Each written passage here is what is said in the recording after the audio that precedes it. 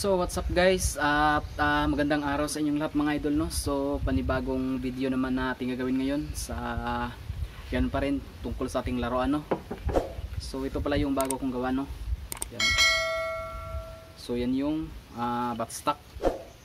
So ganito lang po yun siya kaiksi kasi sasalpak lang po natin siya dito mismo sa body chamber niya dito. So yan siya mga idol, no? Maiksi siya, hindi siya full wood butt kasi sasalpak lang natin dito yung 50mm na body chamber natin, no? So yan, tinira ko na pala siya ng blowtorch para magkakulay siya kasi puti na kahoy ito, yung Jimelina tawag sa amin dito. So walang kulay yun siya at parang ganito lang siya, oh. Puti siya. So tinira ko siya ng blowtorch para magkakulay-kulay naman siya na maganda tignan. Tsaka tirahin pa natin to ng yung clear na pagpakintab o yung top coat, no? So yan siya.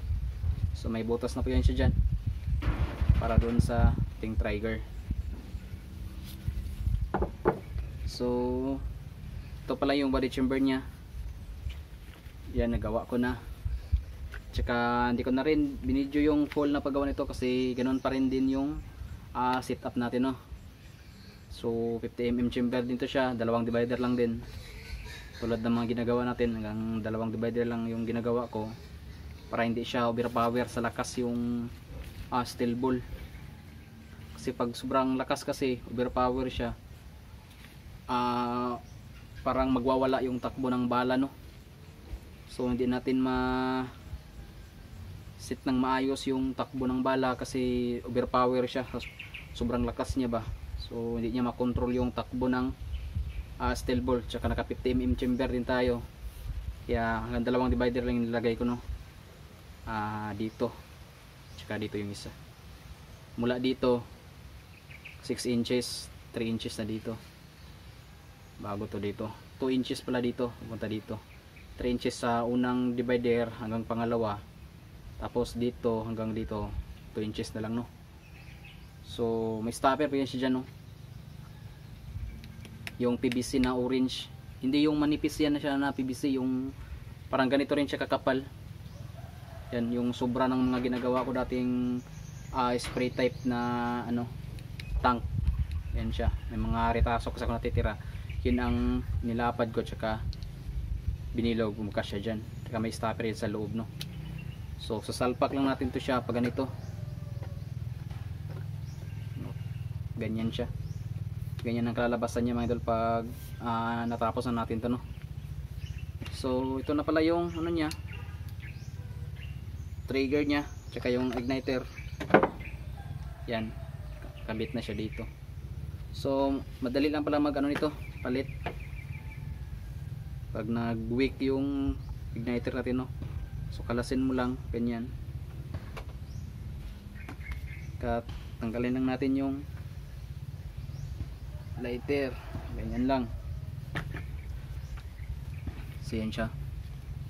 So may nakaabang na po yan siya dyan na yung sa positive niya dito, no? Tsaka dito rin sa kanyang ground may nakaabang na rin dito na wire nya, no? So paglagay natin ng igniter, sasalpak na lang, bali itong dulo pasok natin dito sa nakaabang rin, tsaka yung puwitan niya dito na rin siya lalapat, no? So ganyan lang siya, oh. Yan, parang nakaganyan lang siya. Tsaka bago natin ilagay itong trigger natin, no?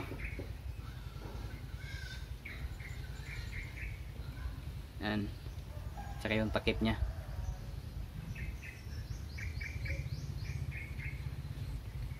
Yan lang siya. So ganyan lang siya.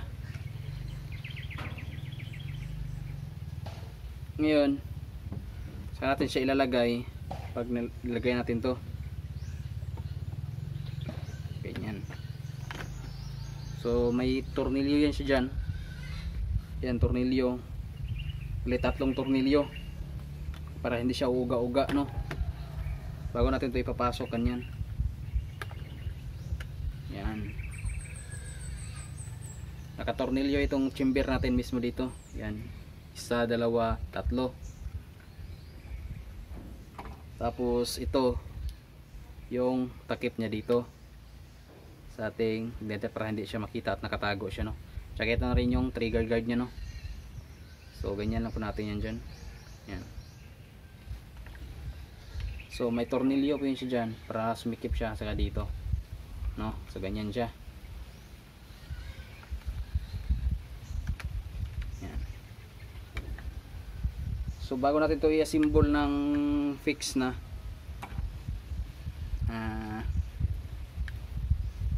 kailangan natin lagyan muna dito ng epoxy sa loob, no.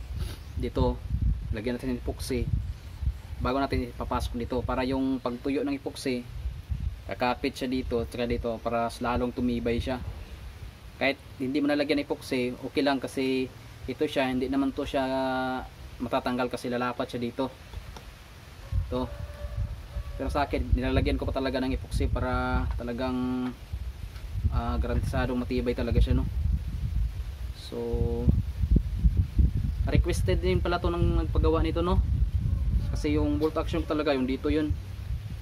So ganito lang din yung pinagawa niya kasi mas madali daw siyang maglagay ng bala. Bali pangalawa na pala niya tong pinagawa, no.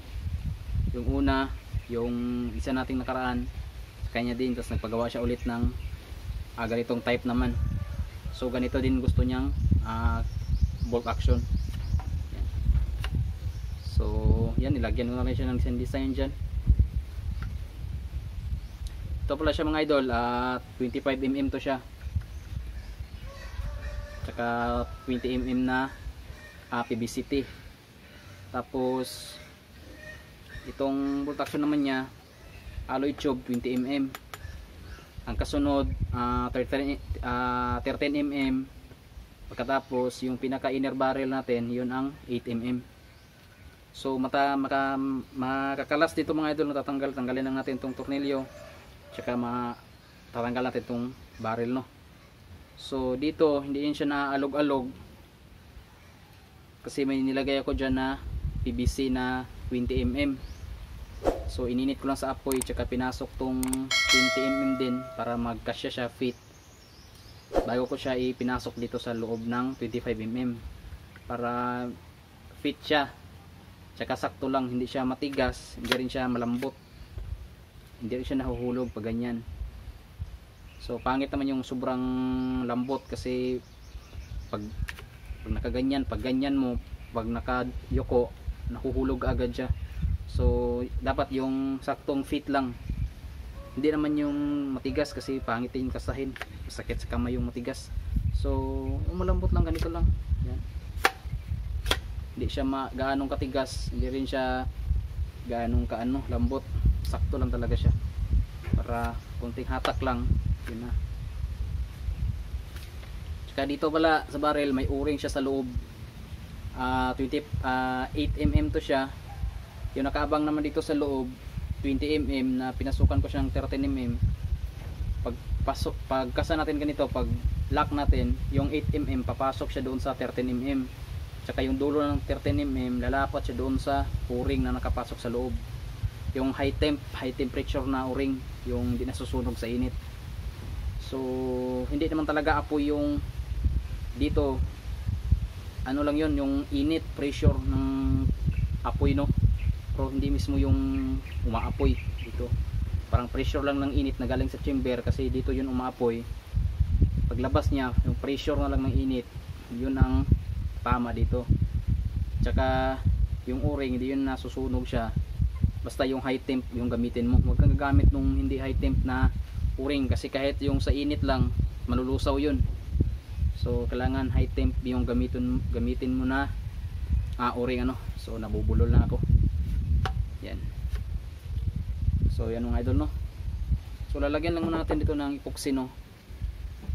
Tsaka dito sa canal drain dito para ma-fix na natin to bago natin lagyan ng tornilyo.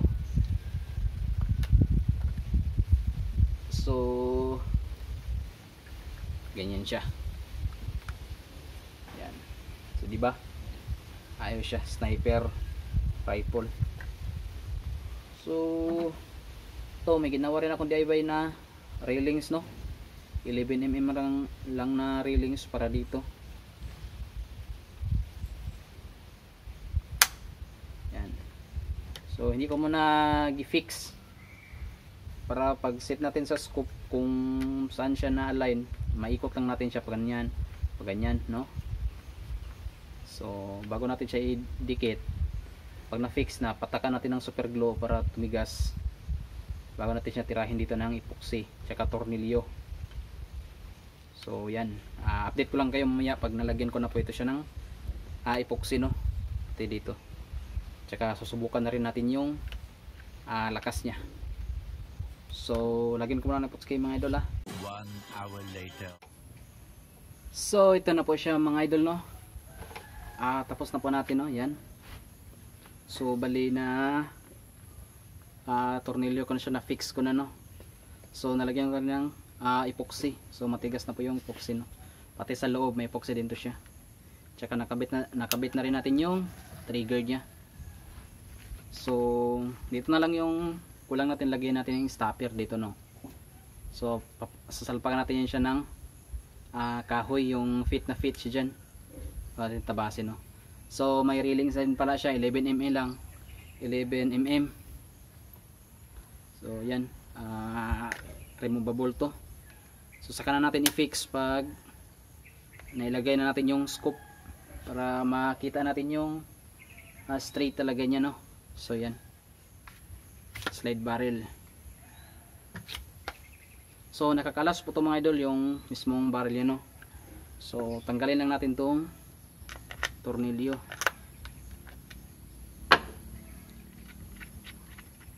Yan. Tsaka hihilayan lang natin.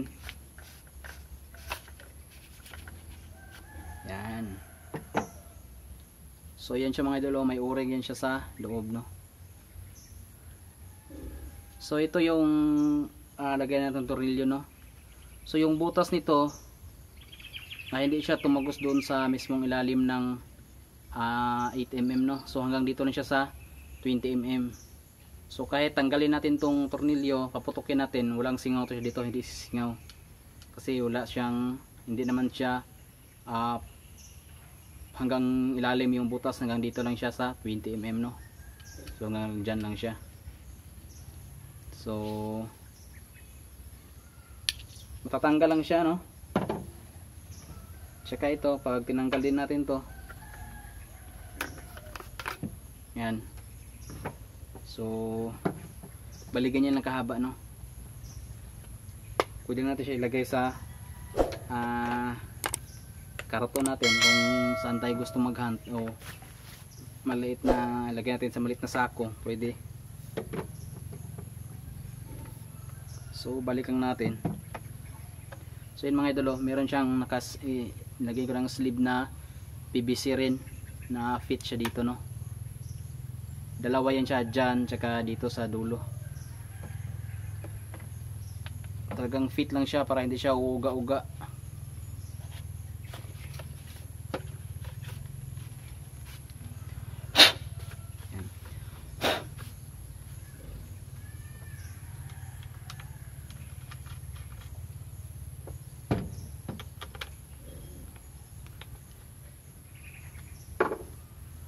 So matigas pa yun siya mga idol, hindi pa yun siya na tagang matigas yun siya,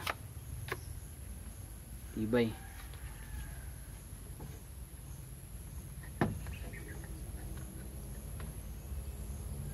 So sa paglagay pala natin ito, yan, bali ito na yung ginawa natin last video, no. Yung pinakita ko doon sa yung nakaraang video natin, ito yung ginawa natin, no. Yan, ito siya. So ganito lang yung pag lagay, no. Papasok natin siya diyan. So bago natin to ipapasok, no.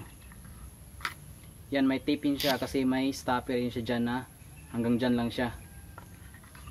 So yan, pasok natin.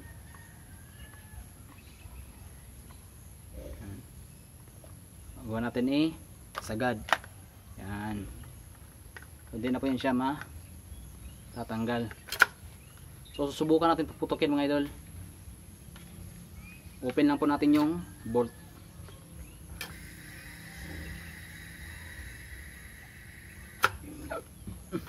Yan, prado. Yun.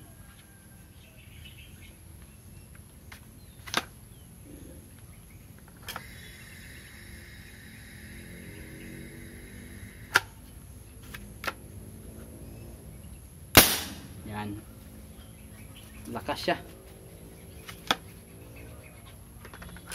Talaga pati yung aso ko pag nakarinig, tumatakbo ka agad, akala niya may binaril tayo.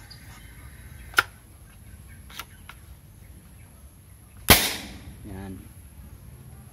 So, scoop na lang yung ilalagay natin dito bago natin i-fix yung railings, no? Lagyan natin ng dalawang tornilyo dito tsaka dito. So next video na lang yung pagpintura natin ito mga idol, no? Tsaka dun sa pagtatarget natin, no? O yung i-test fire natin ito siya, target shooting natin para maano natin yung lakas niya tsaka yung accuracy niya, kung accurate ba yung bagong gawa natin ito, no? So siguro mga susunod linggo pa kasi ito kunin ng may-ari, no? Kasi may pinuntahan pa siya, busy pa kasi election, umuwi sa kanilang probinsya. So tambay muna to dito, tsaka subukan muna natin to. So abangan nyo lang po yung sunod na video ko na gagawin, no? At huwag kalimutan mag-subscribe at pakiclick na rin sa notification bell para lagi po kang updated sa mga susunod ko pang video. So maraming salamat po sa panonood and God bless sa inyong lahat.